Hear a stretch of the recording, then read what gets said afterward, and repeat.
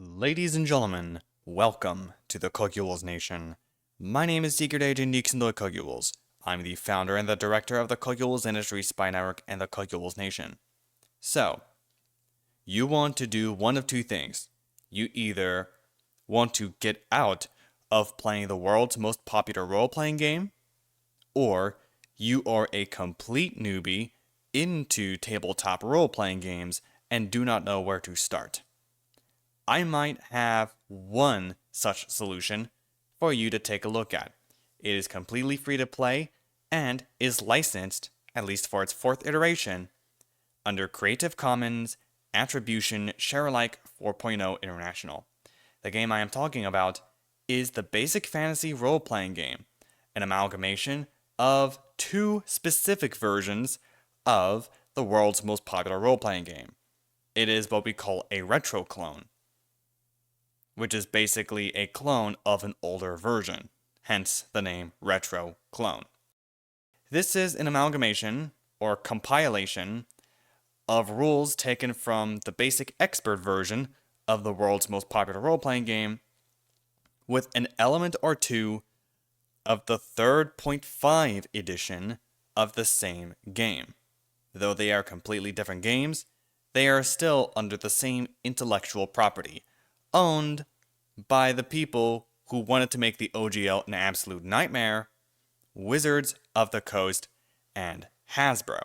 Before this caper with the open gaming license happened, I tried getting into Basic Fantasy.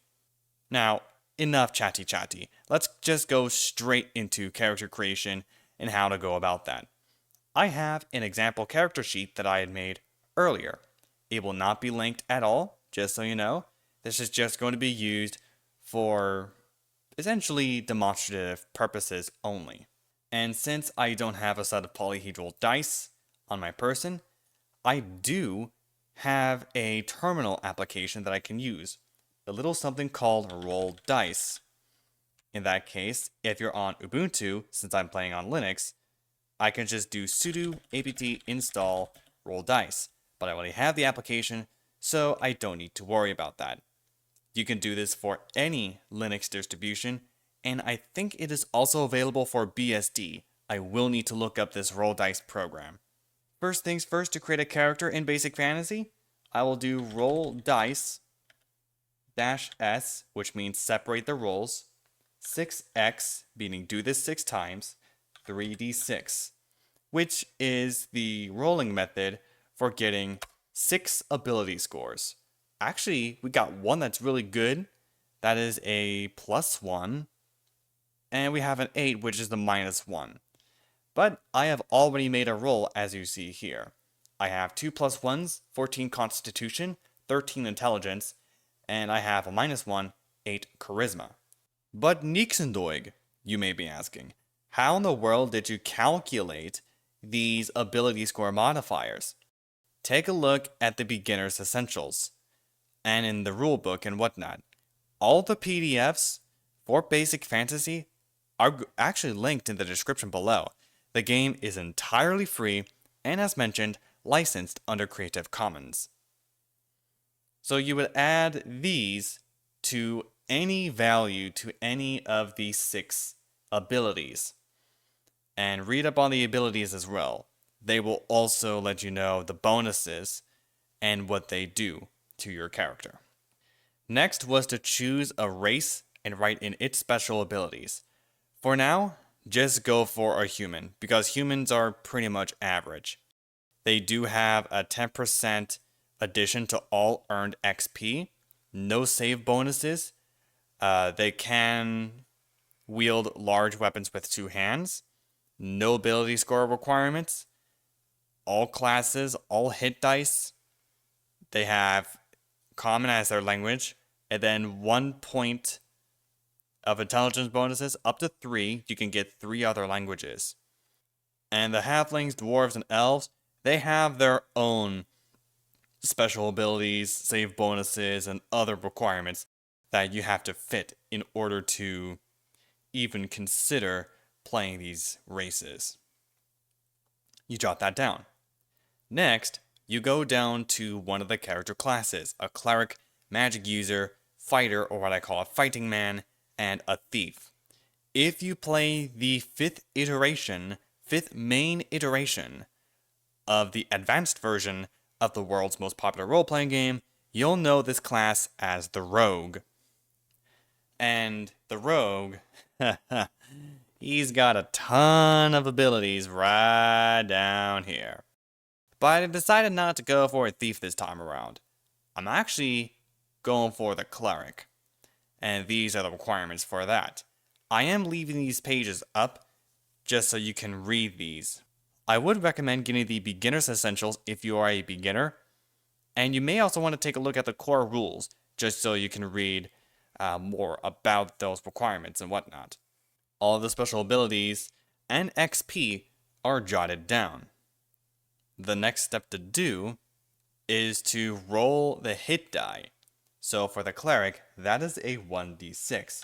Roll dice, 1d6. In this case, it is a 6. Now, say I had a +1 to Constitution, for example.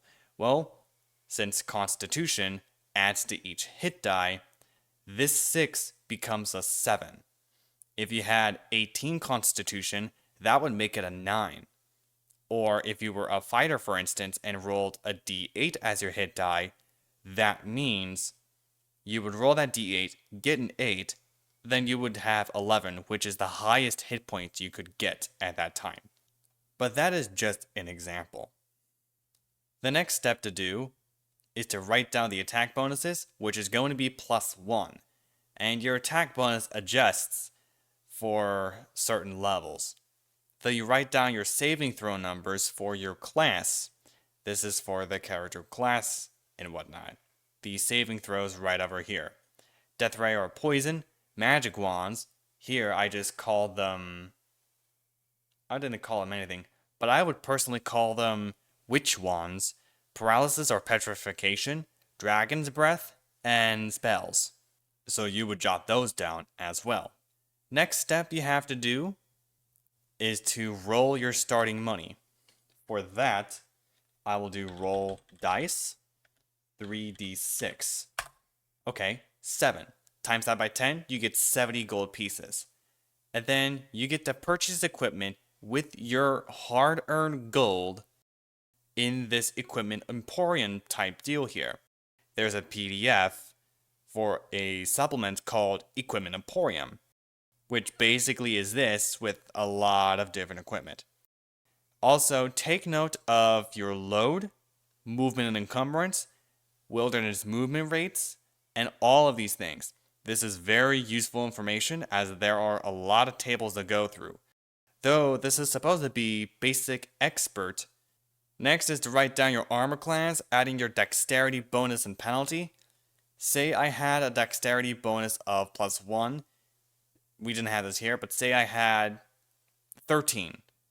Say this 8 was a 13. So if I had 13 dexterity, that would be a +1, and everybody starts at 11, which means I add 1, which is going to be 12. But then if I were to get a shield, that would up my armor class by 1, so I would actually have 2. So no armor, I'd be set to 13, which is the same as the leather armor, which is 15. Same with the chainmail, which makes it the same as the plate mail. The plate mail would bring me up to 19 armor class, which is kinda insane.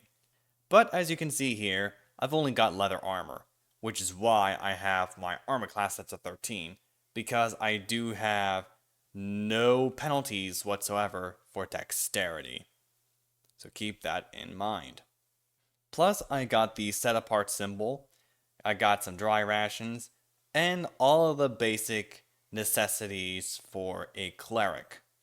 I also have a maul, since the cleric has the ability to use only blunt weapons, and the maul is one of them. You'll also want to take a look at your weapons, since there are certain weapons that certain classes are allowed to use.